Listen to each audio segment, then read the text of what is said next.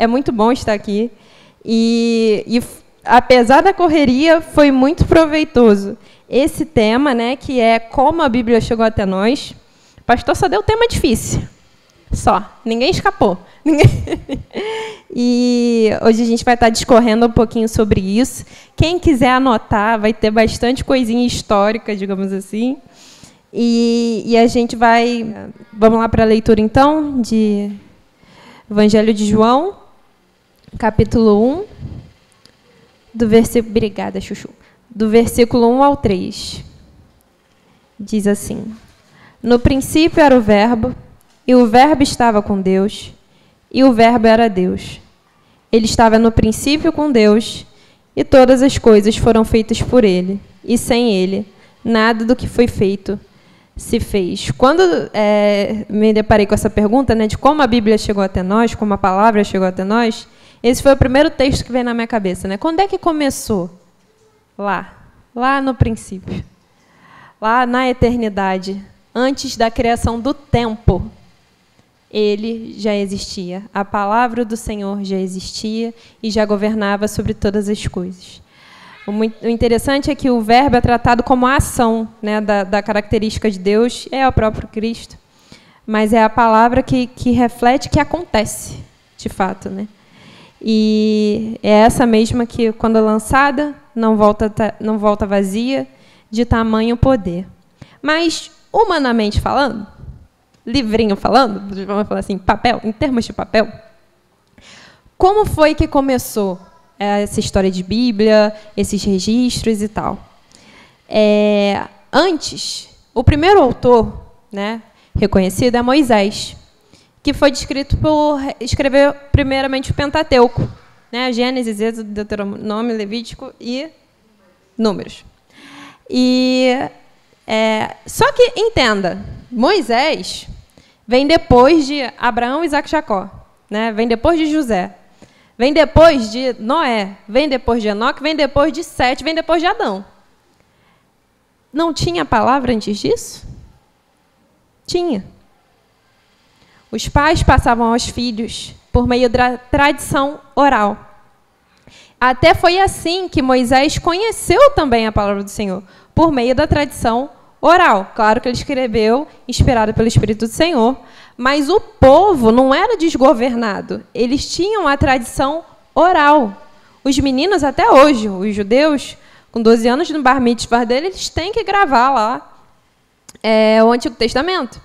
E é tamanha essa cultura de memória que eles têm, e tinham ainda mais forte naquela época, que eles eram capazes de dizer qual era a letra do meio do texto, dizer de trás para frente. Era uma coisa absurda e não era difícil para eles, porque era uma coisa cultural. Aqui na casa a gente está lascado, né? Se eu for... No meu TCC mesmo, depois que eu quase mandando já para a banca avaliar, escrevi meu nome errado. Tá vendo? Falei, Jesus, se dependesse da minha cabeça, a palavra não teria chegado até aqui. E acredito que da cabeça de muita gente, se a gente parar para pensar assim, né? Mas, então, na época de Moisés, já existia a tradição oral. O que costumava acontecer? No meio das reuniões rabínicas, já era professado os livros, né, as leis e os profetas e as escrituras, como é bem dito no Novo Testamento, às vezes quando se referem ao Antigo. E era assim, geralmente os mais velhos tinham o direito de liderar, né, essa reunião e assim professar ali um livro inteiro, quem sabe, Isaías inteiro, nesse nível. Mas aí, quando vem Moisés, né, Deus dá a ele lá a tábua dos 10 mandamentos, o próprio Deus escreve. Então, podemos dizer que o primeiro autor de mão foi o Senhor, porque ele que escreveu lá os 10 mandamentos. E depois dali, Moisés vai e começa a escrever. Sempre materiais muito perecíveis, no início ainda em pedras, depois em materiais originários de planta, depois em materiais até originários de pele, mas materiais muito perecíveis, grandes, difíceis de carregar. Mas ainda assim, dentro do povo judeu, a gente vai fazer uma comparação depois com a igreja primitiva, né, com a igreja logo depois de Cristo, os judeus tinham um certo apreço e recurso à manutenção desses materiais. Então, era mais fácil você escrever e copiar as escrituras no Antigo Testamento do que no Novo. Então, nessa época, Moisés escreveu e tal, estipulou, e Deus ordena lá em Deuteronômio que se fizessem cópias. E aí nasce, então, não vou dizer que é uma linhagem, mas nasce o cargo de copista. E um dos copistas, que às vezes a gente nem sabe que foi copista, é Esdras. Esdras foi um profeta e também era copista de alguns dos livros, né, das Escrituras. Então, como é que ela foi preservada, a palavra do Senhor? Desde registrada lá de Moisés, ela começou sendo copiada. Porque os papiros de Moisés, ninguém tem. Não tem. E não é porque o pessoal tacou fogo, sei lá, não, por desuso, por uso, por excesso de uso. Se desfaz. É material orgânico. Se perde. Por isso que Deus, em sua santa sabedoria, falou, copia, povo. Porque isso aqui vai passar, mas a minha palavra não. Isso que é o mais interessante. E daí tudo bem. Só que mesmo no povo judeu, eles tendo um apreço às escrituras, tendo um certo bom armazenamento, depois da construção do templo tinha ali onde guardar, eles não isentou o povo de perder a palavra. Por quê? Quando a gente chega lá em Reis, a gente tem uma história que é uma das minhas favoritas, do rei Josias. O seu pai foi um rei mau, e antes deles, Israel passou por vários reis que eram contrários à palavra do Senhor. Então, eles corrompiam o templo do Senhor, vendiam as coisas do templo, davam em troca por outras coisas, enchiam o templo de idolatria. E aí, a palavra do Senhor, muitas foram se perdendo ou deixadas esquecidas, e ninguém sabia onde que estava mais. Josias é um rei judeu que nasce de um pai que era judeu de sangue, mas perdido da cabeça, né? Não obedeceu ao Senhor, não criou seu filho direito exatamente na lei do Senhor que foi estipulada por Moisés.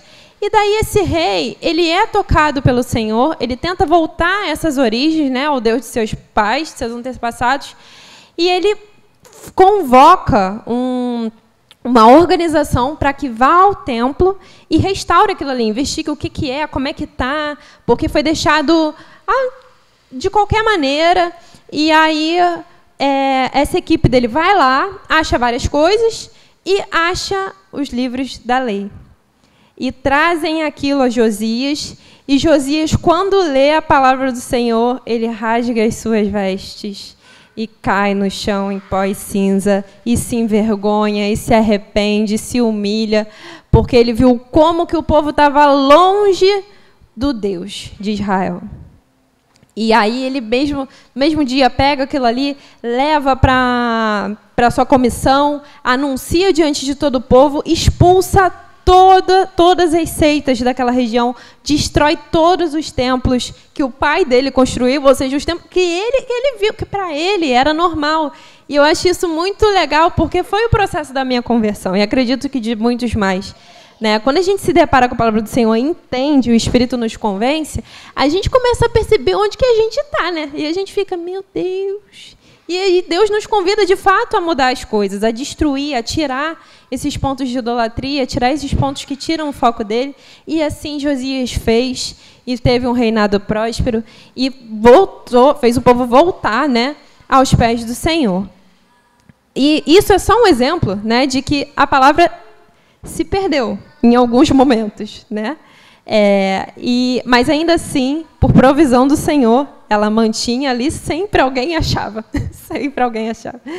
E a gente vai ver, porque a princípio eu até disse, nossa, eu acho que eu falhei nessa pergunta, porque no final vocês acho que vão acabar concordando comigo, porque a pergunta é, como a Bíblia chegou até nós? Humanamente, eu não sei. Porque aconteceu tanta coisa para destruir, para acabar, para aniquilar, que humanamente, sabe aquilo, só acredito vendo, eu vendo não acredito? É isso, eu fico... É a provisão do Senhor, não tem possibilidade humana desses textos terem chegado até aqui no dia de hoje, e a gente vai ver um pouquinho melhor disso. Outro exemplo, só para fixar melhor um pouquinho a importância da tradição oral naquela época, porque mesmo que Moisés escrevesse os livros e passassem a ter os copistas e tal, ainda assim era caro você ter um papel em casa. Então, as famílias, para ensinar seus filhos e tudo mais, não levavam papiro do templo para casa, não ia na biblioteca e comprava um papiro. Continuou a tradição oral. Ela teve que permanecer dentro das casas, porque as famílias não tinham acesso.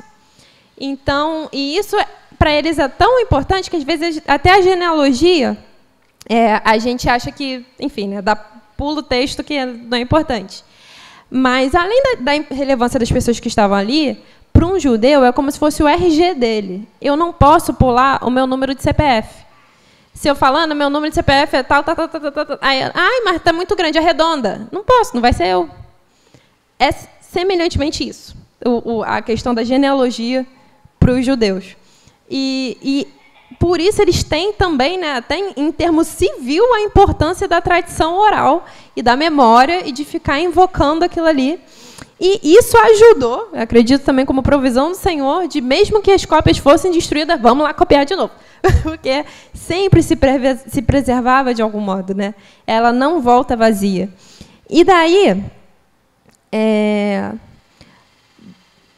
falamos aqui de Josias, mas vamos um pouquinho, de fato, para os idiomas que a Bíblia foi escrita. Ela é escrita em 3 idiomas: hebraico, aramaico e grego. O hebraico, ele geralmente está lá todo no Antigo Testamento. O aramaico está presente mais no livro de Daniel e Esdras. E Daniel é muito interessante porque, geralmente, o aramaico está quando ele pega documentos babilônicos e bota lá como a carta da conversão de Nabucodonosor, que o próprio rei escreveu, depois a de Ciro. São documentos em aramaico porque os próprios reis escreveram. E é muito interessante que o aramaico surgiu no ano praticamente de 1200 a.C. É uma língua depois, realmente não existia, não nasceu junto com o hebraico. Só que o que aconteceu? Os judeus, né, falavam hebraico. Veio a Babilônia, capturou o povo e eles foram exilados.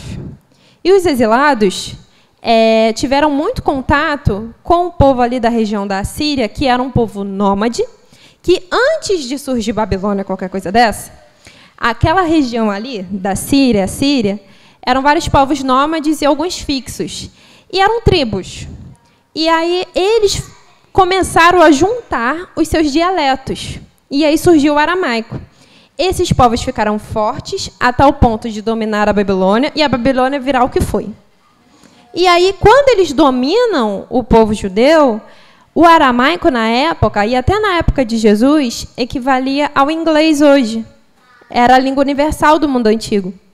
Então, por isso até que Daniel sabia escrever os documentos, porque ele era oficial do rei, né, para se comunicar. Imagina, o tanto de idioma que existia naquela época, você ia ter que saber todos os idiomas para falar com todo mundo? Você sendo um governante? Não, estipula um só, que era o aramaico.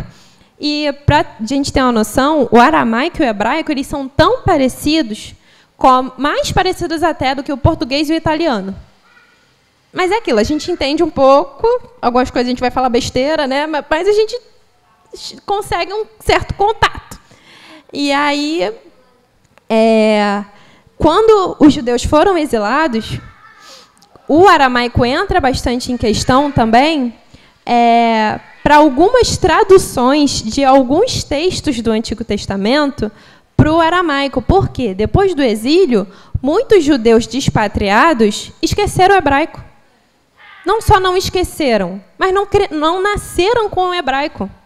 Porque eles já nasceram em outro país, sob o domínio de outro estado. E como a língua era parecida, facilmente é igual um japonês que vem para cá, né? Se bobear, os filhos dele crescem aqui e não falam japonês. Porque cresceram aqui no Brasil.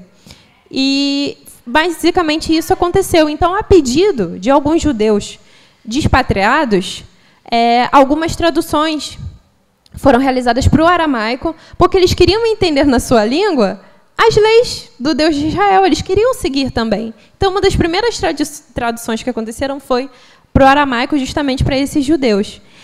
E aí, segue-se o Antigo Testamento, uma coisa que é bem legal. A gente leu, né, que no princípio era o Verbo, e o Verbo estava com Deus, e o Verbo é o próprio Jesus, e através dele tudo que foi feito se fez. O hebraico, que foi a língua escolhida pelo Senhor, né, para iniciar ali a escrita de sua palavra, a língua oficial de seu povo, tanto que, até hoje, os judeus, quando vão, e todos os outros registros da antiguidade, até quando traduzem a Bíblia para o grego, quando vão escrever Deus, eles escrevem em hebraico antigo, porque foi como Deus se apresentou. Tamanho o respeito, assim, também, né, à origem da qual o Senhor escolheu. E só que é muito interessante porque é um idioma que o nosso idioma português, ele é originário do grego. É uma coisa que, às vezes, vocês vão ver, né? Mulher é mais fácil os homens vão concordar que a gente faz mais isso. Às vezes eu quero falar, eu fui na padaria. Mas antes de falar que eu fui na padaria, eu vou falar, poxa, eu estava em casa, aí eu comecei a ficar com fome, e aí daí eu andei, fui lá para a padaria, aí eu, no meio do caminho, eu achei a Cristina, e a Cristina falou, eu também quero pão, aí vamos juntos para a padaria, eu cheguei lá, no final, e nem comprei o pão. Aí, entendeu? A gente tenta transmitir muito a ideia, tenta introduzir a pessoa na história. O nosso idioma é assim, muito narrativo, muito de tentar fazer a pessoa entender. Poxa, eu fui num lugar tão bonito que o lugar era assim, o sol estava assado, igual livro, né? Era meio-dia, o sol estava sobre a janela, a cortina era azul, sei lá, para situar a pessoa. Só que no hebraico não era assim. Até porque, como se a prioridade era o verbo, que é o próprio Cristo, toda frase começa com verbo. Toda frase começa com ação. Então, muito antes de trazer uma ideia filosófica ou narrativa sobre a questão, como os gregos faziam, o hebraico não. A gente pode ver isso no Antigo Testamento. Deus ensina seus filhos através de histórias, através de ações, através dos relatos das guerras, através dos relatos dos reinados. E é uma coisa que, às vezes, a gente acha até bem objetiva, né? Nossa, mas foi tão sem floreio, sem... Porque o mais importante é o que, de fato, aconteceu, que é o verbo. E Cristo é, de fato, essa importância. E mesmo o grego, que acabou sendo a língua da escrita do Novo Testamento, o grego koiné, que ele é um mais antigo, não é o grego que é falado hoje, ele ainda é um grego que não é tanto o que originou o nosso português. Ele é um grego que ainda tem um pouco essa puxada do verbo ser primeiro, do aramaico, dessas coisas de ainda assim trazer o foco para o verbo. E isso é curioso, porque depois os outros gregos não eram mais assim. E daí a palavra passou por algumas modificações, até como o pastor trouxe aqui na quinta-feira, né? Se a gente olhar algumas versões antigas da palavra, a gente vai ver que muda uma coisa ou outra por mudança ortográfica, né? Igual crase, crase não, aqueles dois pontinhos que se trema. Trema não existe mais, mas se a gente ler qualquer documento de 10 anos atrás, vai ter trema. E não está errado por causa disso, né? Ideia não tem mais acento. Essas coisas. E aí são coisas que culturalmente vão mudando, e isso não torna as versões antigas registradas da Bíblia inválidas, mas sim só representam a cultura na qual elas foram copiadas naquela época. Outra coisa que pode haver de diferença entre um manuscrito e outro, dos achados antigos, é referência de localidade. Por exemplo, o tanque de Betesda não está registrado no manuscrito mais antigo do Evangelho. Por quê? Porque o hebraico antigo, primeiro, papel era caro, você tinha que abreviar muita coisa. Então, eles não iam ficar explicando qual é a lógica. Não é a nossa ideia do português de ficar explicando qual é a lógica. Então, até para economizar espaço, eles não iam explicar o que raios era o tanque de Betesda. Mas alguns copistas, depois dos anos, perceberam que se o paralítico falasse para Jesus lá que toda vez que eu tento chegar nas águas, alguém entra antes de mim, não ficaria claro se ninguém explicasse por que o paralítico queria chegar nas águas antes de outra pessoa. Então, o copista foi lá e acrescentou. Gente, isso aqui é porque tinha o tanque de Betesda que acreditava que o anjo vinha, descia e movia as águas. Mas no manuscrito original não está assim. Porque era uma coisa que, na época, todo mundo sabia o que raios era o tanque de Betesda. Entendeu? Então, é tipo eu falar, eu vou pegar o 864. Todo mundo sabe que eu vou para Bangu, provavelmente. Ou para Campo Grande. Mas daqui a 10 anos, talvez mais, né? Sei lá, daqui a 50 anos alguém pega e lê, gente, o que é o 864? Deve ser um número zodíaco. Deve ser um... E a gente pode fazer as elucidações, às vezes, para umas coisas muito simples. Então, as variações dos manuscritos, muitas das vezes, são por causa disso, porque eu vejo a provisão do Senhor no meio disso tudo. E, geralmente, esses acréscimos são notificados de que vieram depois, mas nos ajudam a entender melhor. E isso fica entre... Não é chave, não, colchete. Fica entre colchetes. Então, mas isso é interessante para a gente perceber que é copista igual. Se o Carlinhos me pergunta alguma coisa da Bíblia, eu não vou responder do mesmo jeito que a Elaine vai me perguntar.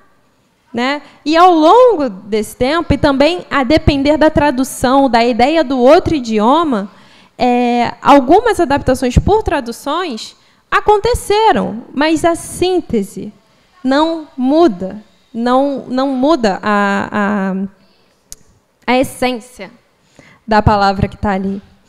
E isso é muito lindo, porque foi uma palavra extremamente perseguida. E aí, esse foi um panorama mais ou menos, né, de como a palavra circulava ali no antigo século. E também aconteceu a Septuaginta, que foi a tradução importante, do Antigo Testamento do hebraico para o grego. De novo, por alguns judeus dispersos, né, que também não reconheciam mais sua língua da pátria original. E aí foi um documento que validou muito, assim, né, em termo arqueológico, a validade da palavra que a gente tem hoje também. E eles, a tradução serviu para isso também, né, para transmitir as mesmas leis que eram administradas por seus pais aos filhos. Só que, como eu disse, né, no Antigo Testamento, tendo ali o povo judeu, eles passaram por algumas dificuldades, dependendo dos reinados. Teve o Antíoco Epifânio, que proibiu a leitura das Escrituras, que queimava, que pegava, que jogava fora, que era preso quem tivesse. E, ainda assim, a palavra foi preservada, né? Continuou sendo transmitida, continuou sendo copiada, mas os judeus conseguiam ter mais recurso do que os novos cristãos depois de Cristo. Porque quando Cristo vem, morre, ressuscita, e ali começa a igreja primitiva, que aconteceu? E vinham, né, começou as cartas de Paulo e os evangelhos. O cristianismo era uma religião clandestina e proibida. E daí e também muitos cristãos, por se declararem cristãos, perdiam seus postos, perdiam seus empregos. E daí o que aconteceu? Eles não tinham dinheiro para copiar, para escrever a palavra. As cartas, Paulo era financiado, muitas das vezes, pelos irmãos, para conseguir escrever suas cartas, porque era caro. Um exemplo é que uma folha de papel, a depender da inflação da época, custava 4 dias de trabalho braçal pesado. Uma folha. Uma folha. Quantas Paulo usou? Se a gente parar para pensar. Muitas. Humanamente possível, para um cara que estava se escondendo, fugindo, perseguindo. Construir cabana, eu acho que não dava tanto dinheiro assim, não. Mas para a gente ver a preciosidade que é essa palavra, do quanto foi necessário enfrentar para estar aqui hoje, livre acesso, em várias traduções, várias cores. A gente tem a liberdade hoje de copiar, de riscar, depois comprar outra, bota porque a gente já não está mais entendendo o que riscou. Mas, gente, esses cristãos do primeiro século, para vocês terem noção, muitas igrejas só tinham, eu anotei aqui, por vezes só tinham um exemplar de um livro do Antigo Testamento, que era um pouco mais fácil de conseguir, e uma carta de Paulo. E a carta geralmente não era da igreja, ela tinha que rodar entre as igrejas. Por isso, os originais a gente não tinha como as bichinhas aguentarem, né, gente? Porque haja passar de mão, né? Pega mar, pega frio, pega vento, pega areia, pega deserto, pega montanha nevada. Então, não tinha, de fato, como esses materiais perecíveis durarem até o dia de hoje, os originais. Mas, tanto que essa era uma realidade, vou pedir para vocês abrirem lá em Apocalipse. Apocalipse, capítulo 1, versículo 3. Diz assim: bem-aventurado aquele que lê e os que ouvem as palavras dessa profecia e guardam as coisas que nela estão escritas, porque o tempo está próximo. Se a gente reparar aqui, quem lê é um só, né? Agora, quem ouve é mais de uma pessoa. Esse texto, até o próprio Rodrigo Silva trouxe como um dos fundamentos, tem outros textos também que sinalizam isso, que o que acontecia? Nas igrejas, como só tinha, às vezes, um exemplar de uma carta, né, eles pegavam e uma pessoa lia em voz alta, não tinha como você acompanhar. Acompanha daí, Cristiano. Não tinha como, era só uma. Então, uma pessoa lia e os outros ouviam a palavra do Senhor. E nem isso impediu dela chegar aqui vivinha nos dias de hoje, e nem isso impediu desses nossos irmãos serem salvos pelo nome de Jesus. E a gente fica, mas isso passou e tal. Não, hoje, nos lugares perseguidos, tem gente que tem uma folha rasgada de Bíblia. E a gente vai dizer que Deus não está ali? Que não é suficiente para edificação? Que não conta? Que às vezes a gente tem picuinha até com a versão que o irmão tem, que a gente acha que ele vai ter menos Deus por causa disso ou algo do tipo. Mas que a gente valorize essa palavra, porque é muito maior do que um material. É muito maior do que um material. E, como vocês viram, a de Paulo, a inspiração de Deus de escrita ali não foi capaz de manter um papel perecível conservado. Porque vai ruir, tudo nessa terra vai ruir. Mas a palavra dele não. Essas Bíblias também vão acabar. Ah, não, mas a gente tem como guardar na biblioteca. Não, gente, tem uma guerra nuclear e acabou a Bíblia também de papel, não tem como. Mas ainda assim, a palavra do Senhor permanece para sempre. E outra coisa interessante é que, mesmo nessa dificuldade dos cristãos sendo pobres, se despindo de todos os seus recursos, para ainda assim conseguir financiar por muitas vezes a cópia de uma... Gente, vocês não estão entendendo. O primeiro livro do Novo Testamento escrito, qual que vocês acham que foi? Eu fiquei passada. Novo Testamento. Tessalonicenses. E o último? João. O Evangelho e as cartas de João. Não foi Apocalipse. Não. E até faz sentido com a época que João escreveu Apocalipse, né? Porque é dessa igreja primitiva dele, justamente fala isso. Ao que lê e aos que ouvem. Ele estava vendo isso na prática, ele era pastor, ele estava vendo, era isso que eles tinham para fazer ali. E essa palavra ainda assim persistiu, apesar de tudo. Só que tem um problema. Mesmo as cartas sendo divididas ali entre as igrejas, e as igrejas sendo construídas, né, a perseguição veio. Então, muitas palavras foram destruídas, a transferência desses papiros já não acontecia mais com facilidade, e ainda assim, o Novo Testamento, em grego, lá do original, é o documento, é o livro que mais tem cópias no mundo em termo manuscrito. Manuscrito. Foi escrito numa época que não se podia escrever, numa época que o povo não tinha dinheiro para comprar papel, numa época que o povo não sabia escrever, nem ler. E que se eles adquirissem esse material, eles eram presos, ou o material era tirado deles para ser queimado. Gente, hoje, na redação do Enem, você faz o seu rascunho, você no nervoso lá, você vai copiar errado para outra folha. Até sem nervoso em casa, eu copio errado. Eu pulo a linha, né? Porque esse povo que tinha que escrever dentro de caverna, sem luz, o pessoal não vê.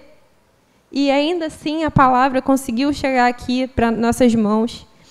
E outra coisa muito legal é que a Bíblia foi construída, né, por 40 autores, que incluíam pastores, reis, pescadores, camponeses, médicos, cobradores e boiadeiros. Como que pode um texto ser tão coeso? E escrito num período de 1900 anos, em várias épocas diferentes, em idiomas diferentes, e manter a ideia. Lembra daquilo que eu expliquei? Como é que o grego, que nem tem essa origem, manteve o verbo sendo o primeiro? Porque não foi homem que fez. Foi a mão do próprio Senhor. E é por essa ação do Senhor que essa palavra não se perdeu. Outros livros, por exemplo, as cópias do Ilíada, de Homero, que é uma obra bem importante, do mundo secular é um que mais possui cópias manuscritas. Chega a 1.400 cópias. E ainda assim, se for falar, como o pastor falou da última vez, né, da crítica textual, uma cópia quase não tem nada a ver com a outra. Agora, o Novo Testamento, escrito nessa época conturbada e sem recursos, tem mais de 5.800 cópias manuscritas. No escuro, fugindo, no barco, sem dinheiro para comprar papel. Às vezes o cara estava escrevendo sem saber, cara, como é que eu vou comprar o papel da outra parte. A tinta acabou e ia ter que esperar mais 6 meses para escrever de novo. E imagina o zelo, gente, para preservar essas coisas. E para que a gente dê o devido valor, né, a esse trabalho também dos nossos irmãos. Ela não foi só reproduzida, mas também preservada. E é o maior número de cópias de manuscritos em grego no mundo todo. Para você aprender grego, você usa o Novo Testamento. Isso é muito legal, né? É uma língua que já morreu, mas até quem não quer tem que lidar. E o valor é milagre. Por isso que eu falo, como é que ela chegou até nós? Eu não sei. Humanamente, eu reprovei nessa resposta. Não passei. Porque humanamente eu não sei, não tem como. É simplesmente a provisão do Senhor. Outra coisa, ela também foi escrita em pelo menos 4 lugares diferentes. Roma, Jerusalém, Babilônia, Pérsia, Grécia. Nem vou entrar na questão das cartas de Paulo, que cada uma foi escrita em um lugar. Ora perseguido, ora livre, ora sem dinheiro, ora com a provisão do Senhor, com os irmãos que financiavam, ora com o dinheiro da barraquinha que ele construiu. E a gente, às vezes, coloca tanto empecilho para falar, só falar, do que essas pessoas morreram para tentar preservar. E mais algumas questões. O Antigo Testamento foi escrito em mais ou menos 1000 anos. Né? Pega lá em 1400 a.C. e vai até 400 a.C. E aí veio os 400 anos do silêncio, né, entre o profeta Malaquias e João Batista, e o Evangelho de Mateus. E aí, né, começa em Tessalonicenses, no ano 49 depois de Cristo, Paulo escreve a carta de Tessalonicenses. E aí vem, o primeiro evangelho foi de Marcos, depois escrito, e aí o último a ser escrito foi o evangelho e as cartas de João, já em 96 depois de Cristo, quase um século depois. O pessoal conseguiu, a gente ter noção que... Gente, a igreja era perseguida, não era... Além do dinheiro, se o pessoal soubesse para que você estava comprando papel, não iam nem deixar. Então, por isso que demorou esse tempo todo também. E daí, né, em termos arqueológicos, a gente tem ali, uma das evidências que a gente tinha até então, eram as cópias do IV século, depois de Cristo, que está lá no Códex do Vaticano, na Biblioteca do Vaticano, que seriam essas cartas dos evangelhos, né, essas cópias. E datadas do 4º século depois de Cristo. É boa essa data. Ah, mas não tem nenhuma do 1º século. Não tinha como. E ainda assim, com 5.800 cópias, você consegue ver a veracidade delas e o quão confiáveis elas são e permanecem confiáveis. Né? Como disse, mediante a tudo isso, mediante a tantos autores, não faz sentido a tremenda coerência que a palavra do Senhor tem. E gente que com estudo e sem estudo, né? Ainda tem isso. Gente com e sem estudo. E ainda assim não foi empecilho para que o Espírito Santo assumisse ali e fizesse uma obra perfeita, que é a palavra que temos hoje. E daí, esse manuscrito, né, do 4º século está todo escrito à mão e é uma das cópias mais antigas da Bíblia. No ano de 1220 d.C., um cardeal inglês começou a divisão da Bíblia em capítulos e versículos. Só que isso demora. E daí, quem foi terminar essa obra, passou mais umas 2 pessoas. Quem terminou essa obra foi um tipógrafo protestante, Roberto Stefano, que ele concluiu essa obra da divisão e da revisão da Bíblia em 1555, justamente para quê? Para ser o primeiro livro impresso. E assim surgiu a Bíblia de Gutenberg, né? Gutenberg fez a prensa e o primeiro livro selecionado para ser copiado foi a palavra do Senhor, foi a Bíblia, que resistiu ali aos trancos e barrancos até chegar. E honrada, assim, né? O Senhor foi honrado através da vida de Gutenberg. E a gente tem aqui, né? Com facilidade, copiada com facilidade. E ainda assim era cara na época, não era todo mundo que tinha, não, mas ficou mais fácil o trabalho, né? Ficou mais fácil. E daí, o que mais aconteceu? Como a Bíblia chegou no formatinho que a gente tem lá hoje? A formação do cânon, né, que cânon significa mais ou menos universalidade, era só porque, entendam, no início do Evangelho, as igrejas, além de perseguidas, cada uma estava em um canto. Quando a fé se tornou a oficial do Império Romano, eles tentaram unificar e tal, mas entendam, nenhum homem falou, vai entrar esse livro, esse livro, esse livro, esse livro. Não teve mão humana em si nisso daqui. Isso era uma coisa que eu não sabia. Eu não entendi, de fato, como isso tinha acontecido. Mas o que aconteceu? Tinha muita variação de doutrina. A igreja da Galácia não tinha muita diferença da igreja da Macedônia, da igreja da Antioquia, da igreja da Síria, da igreja de Jerusalém. Era muita diferença. Até porque cada uma tinha uma carta de Paulo. Então, e sabe lá, algumas nem a carta de Paulo tinha. Então, assim, era muito difícil. Permanecia ali na tentativa de uma tradição oral, mas na época de Paulo isso já se perdeu. Né? No Novo Testamento já não se gravava o Novo Testamento, porque você não tinha carta para gravar, né? Então era mais difícil. Aí eles tinham muita diferença de doutrina. Então, e também muita diferença, como cada igreja tinha um livro, tá, mas que livro? Como é que junta? Como é que faz? Tudo é a palavra de Deus? Então, o que aconteceu foi, basicamente, eles só, como é que fala? Reconheceram a palavra que já era ministrada nas igrejas. Se a igreja da Macedônia tem uma conduta coerente com a palavra do Senhor e utiliza a carta de Tessalonicenses de Paulo, vamos avaliar a carta de Tessalonicenses. Não, ok, já é utilizada na vida da igreja. Qual outro livro também é utilizado na vida da igreja? Carta de Filipenses. O outro, carta aos Romanos. O outro, João. Eles só reuniram, ok, concordamos entre nós que o Senhor ministrou nessas igrejas através desses livros. Nenhum homem falou, não, vai entrar esse, vai sair aquele ali. Quem tentou fazer isso foi Lutero, que tentou tirar o livro de Tiago, depois ele voltou à consciência e botou de volta.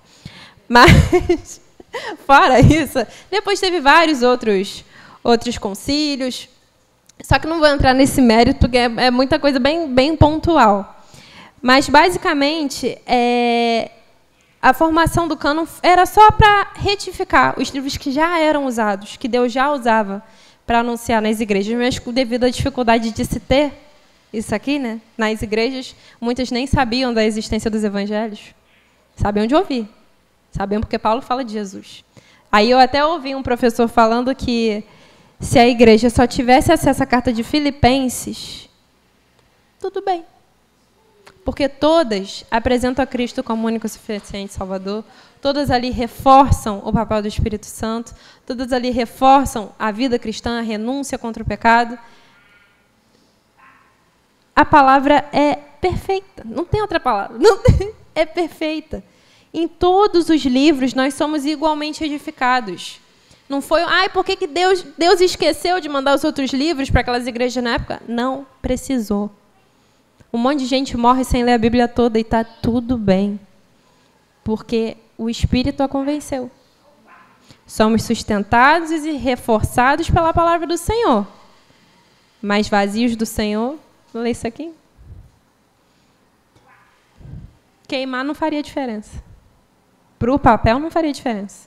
As cartas de Paulo não suportaram a mão das pessoas da época. Mas essa palavra só tem, de fato, poder para aqueles que se dispõem a ouvir. E que assim a gente busque, né, através desse breve histórico, valorizar mais a palavra, esse acesso tão precioso, que hoje a gente tem Bíblia até comentada. Olha que privilégio. Se a gente não entende uma coisa, a gente procura o significado. Sabe, uma coisa que eu não sabia, uma das últimas descobertas, no ano de 1948, foram os achados do Mar Morto. Lá naquela região tem várias caverninhas, um menininho estava procurando suas cabras, tacando pedra nas cavernas para ver se achava as cabras, e ele acertou uns vasinhos. Quando ele entrou nos vasinhos, tinha vários papiros. Aí o menino foi, pegou e levou. E ali o pessoal ficou encantado, porque era os papiros dos... esqueci o nome dos caras agora. Essênios. Os judeus que romperam com Jerusalém. Acho que é esse, Essênios. Eles eram os papiros, os manuscritos do Antigo Testamento, que esse grupo de judeus que se apartaram de Jerusalém, porque concordavam que a casta sacerdotal de Jerusalém estava corrompida, porque deveriam ser os descendentes de Arão. E depois que Herodes assumiu, ele tirou isso, né? Ficaram os amiguinhos dele que viraram sacerdotes. Então, seria uma seita, uma das divisões do judeu, João Batista. Eles foram para o deserto, se apartaram de Jerusalém e ali continuaram copiando, continuaram com os copistas, continuaram ali, né, intercedendo e principalmente esperando o Messias.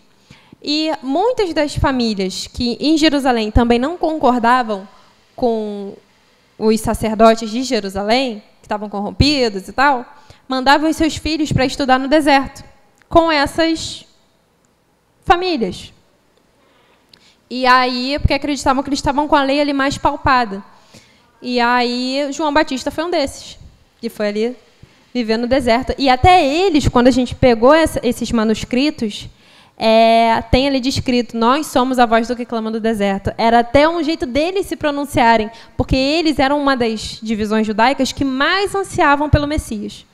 Então, eles tinham muito isso da mensagem, de endireitar o caminho para a vinda do Messias. E é muito legal, porque esse texto foi confirmado nos evangelhos, no evangelho que a gente tem hoje. Então, em termo histórico e arqueológico, foi assim muito gratificante, porque os evangelhos, né, que a gente tem, que é o mais copiado em grego e tal, é datado do 4º século depois de Cristo.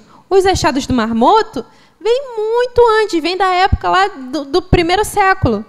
Então, quando eles chegaram, uma das coisas que eles puderam fazer foi confirmar a passagem que Jesus leu em Isaías, que ele refere que era aquele descrito no texto de Isaías.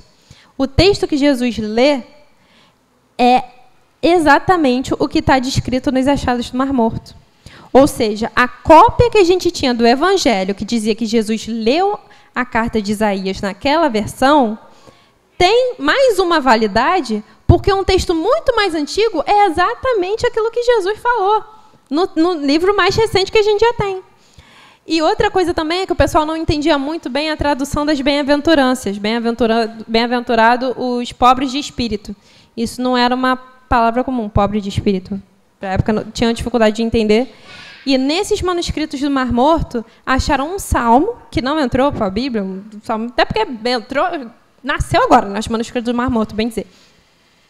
Mas é um dos salmos que tem justamente o mesmo termo em aramaico, porque quando Jesus vai falar o Sermão do Monte, ele fala em aramaico, por quê?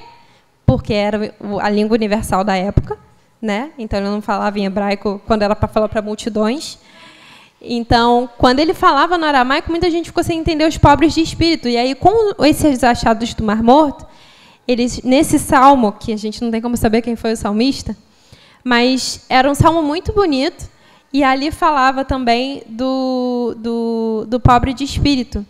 E a partir da tradução desse, com o que a gente tinha referido no Evangelho, que foi registrado um pouquinho depois, foi visto que o real sentido é que é bem-aventurado aquele que, mediante o sopro do Espírito, porque o Espírito, meu Espírito, é pobre a tal ponto que o sopro do Espírito maior, que é o do Senhor, quando vem, eu me curvo para a vontade dele. E, a partir desses achados, conseguiram ampliar algumas noções de muitas coisas da época de Jesus, porque é uma língua morta, né? Então, quanto mais coisas a gente achar, melhor compreensão a gente vai ter da época e tudo mais. E daí, esses achados foram os últimos, né, de maior relevância, assim, mas, de novo, gente, não mudou nada. Só confirmou o que a gente já tinha, só confirmou o que a gente já tem. A veracidade de todas essas palavras. E daí, depois da Bíblia de Gutenberg, né, vem aí também as traduções da Bíblia, veio a Vulgata Latina, traduzindo para um latim mais vulgar mesmo, né, mais acessível. Depois foi para o alemão, depois foi traduzida para o inglês, King James. Até eu ouvi professores brincando, falando que tem americano que acha que a língua original bíblica é o inglês, por causa da King James. Eu fiquei... E o português, quem traduziu foi o missionário Almeida Corrigida Fiel, que era um portuguesinho. E aí ele traduziu para o português lusitano, um portuguesinho. E aí ele traduziu, e muitos outros deram a vida, e muitos tiveram a oportunidade e o privilégio, como eu estou tendo hoje, de continuar, né, o legado dessa palavra maravilhosa. Seja em palavra, seja em oração, principalmente em atitude nossa, né, que essa palavra permaneça viva em nossos corações. Então, retomando a pergunta, como a Bíblia chegou até nós? Provisão do Senhor. Aí a última coisa, último texto, lá em João 1, uma resposta um pouco melhor para como a palavra chegou até nós. Versículo 14. E o Verbo, que é o próprio Senhor Jesus Cristo, se fez carne e habitou entre nós. E vimos a sua glória, como a glória do unigênito do Pai, cheio de graça e de verdade. Assim, ele chegou até nós de forma humilde, santa e impecável e maravilhosamente amorosa.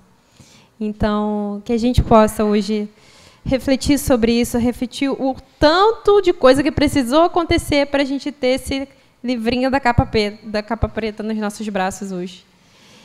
Mas muito mais importante é o quanto a gente consegue absorver disso aqui para o nosso coração.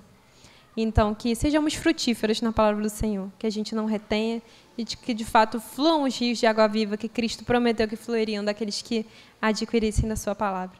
Amém?